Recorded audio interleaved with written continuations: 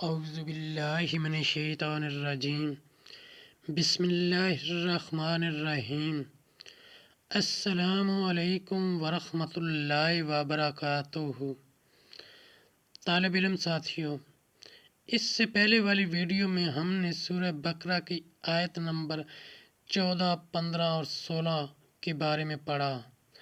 اس video میں ہم سورہ بقرہ کی آیت نمبر 16، 17، 18، 19 کے بارے میں پڑھیں گے۔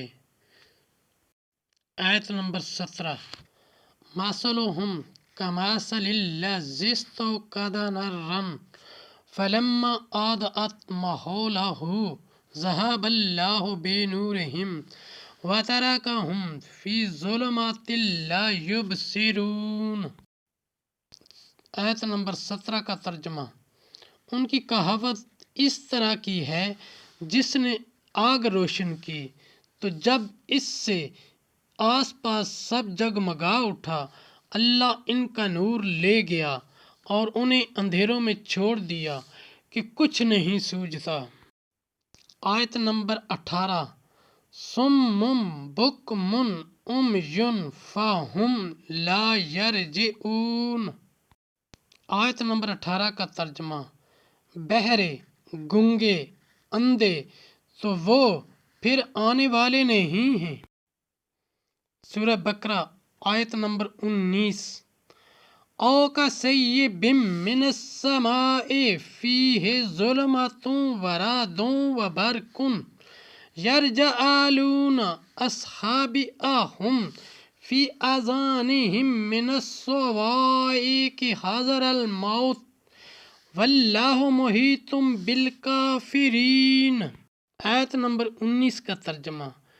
یا جیسے آسمان سے اترتا پانی کہ اس میں اندھیریاں ہیں اور گرج اور چمک، اپنے کانوں میں انگلیاں ٹھونس رہے ہیں کڑک کے سبب، موت کے ڈر سے، اور اللہ کافروں کو گھیرے ہوئے ہے۔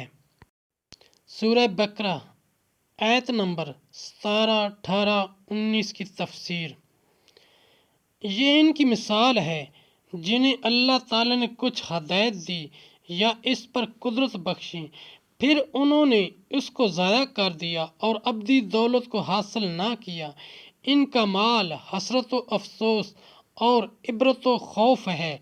اس میں وہ منافق بھی داخل ہیں جنہوں نے اظہار اطمینان کیا اور دل میں کفر رکھ کر اقرار کی روشنی کو ضائع کر دیا، اور وہ بھی جو مومن ہونے کے بعد مرتد ہو گئے، اور وہ بھی جنہیں فطرت سلیمہ عطا ہوئی اور دلائل کی روشنی نے حق کو واضح کیا، مگر انہوں نے اس سے فائدہ نہ اٹھایا اور گمراہی اختیار کی، اور جب حق سننے، ماننے، کہنے، راہ حق دیکھنے سے محروم ہوئے تو کان، زبان، آنکھ سب بیکار ہیں۔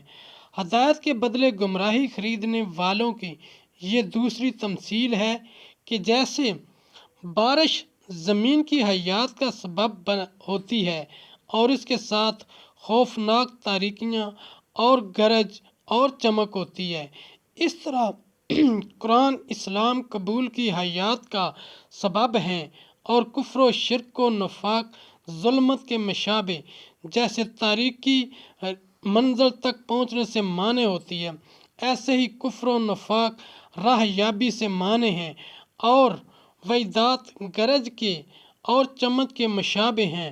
شان نزول: منافقوں میں سے 2 آدمی حضور صلی اللہ علیہ وسلم کے پاس سے مشرکین کی طرف بھاگے، اور راہ میں یہی بارش آئی جس کا آیت میں ذکر ہے۔ اس میں شدت کی گرج، کڑک اور چمک تھی۔ جب گرج ہوتی تو کانوں میں انگلیاں ٹھونس لیتے کہ کہیں یہ کانوں کو پھاڑ کر مار نہ ڈالے۔ جب چمک ہوتی چلنے لگتے، جب اندھیری ہوتی اندھے رہ جاتے۔ اللہ تعالیٰ نے منافقین کے لیے مثل بنایا، جو مجلس شریف میں حاضر ہوتے تو کانوں میں انگلیاں ٹھونس لیتے کہ کہیں حضور کا کلام انہیں اثر نہ کر جائے۔ جس سے ماری جائیں، اور جب ان کے مال و اولاد زیادہ ہوتے اور فتوح و غنیمت ملتی تو بجلی کی چمک والوں کی طرح چلتے اور کہتے کہ اب تو دین محمدی سچا ہے، اور جب مال و اولاد ہلاک ہوتے اور کوئی بلا آتی تو بارش کی اندھیریوں میں ٹھٹک رہنے والوں کی طرح کہتے کہ یہ مصیبتیں اسی دین کی وجہ سے ہیں، اور اسلام سے پلٹ جاتے۔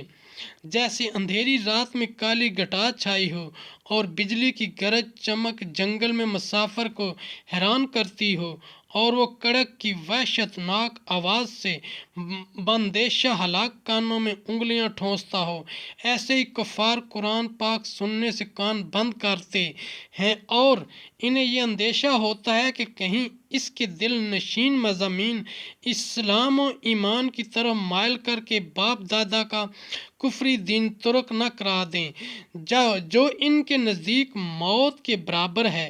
لہذا یہ گریز انہیں کچھ فائدہ نہیں دے سکتی، کیونکہ وہ کانوں میں انگلیاں ٹھوس کر قہر الہی سے خلاص نہیں پا سکتے۔ ساتھیو، ہم نے قرآنی تعلیمات کو دنیا کے کونے کونے میں پہنچانا ہے، اس لیے آپ بھی اپنے دوستوں، اپنی فیملی کو میرا چینل قرآن ود ایڈی پیڈیا سبسکرائب کرنے کی دعوت دیجیے، گھنٹی بجانا نہ بھولنا۔ اللہ کریم ہم سب کی نیک اور جائز حاجات پوری فرمائے، آمین یا رب العالمین۔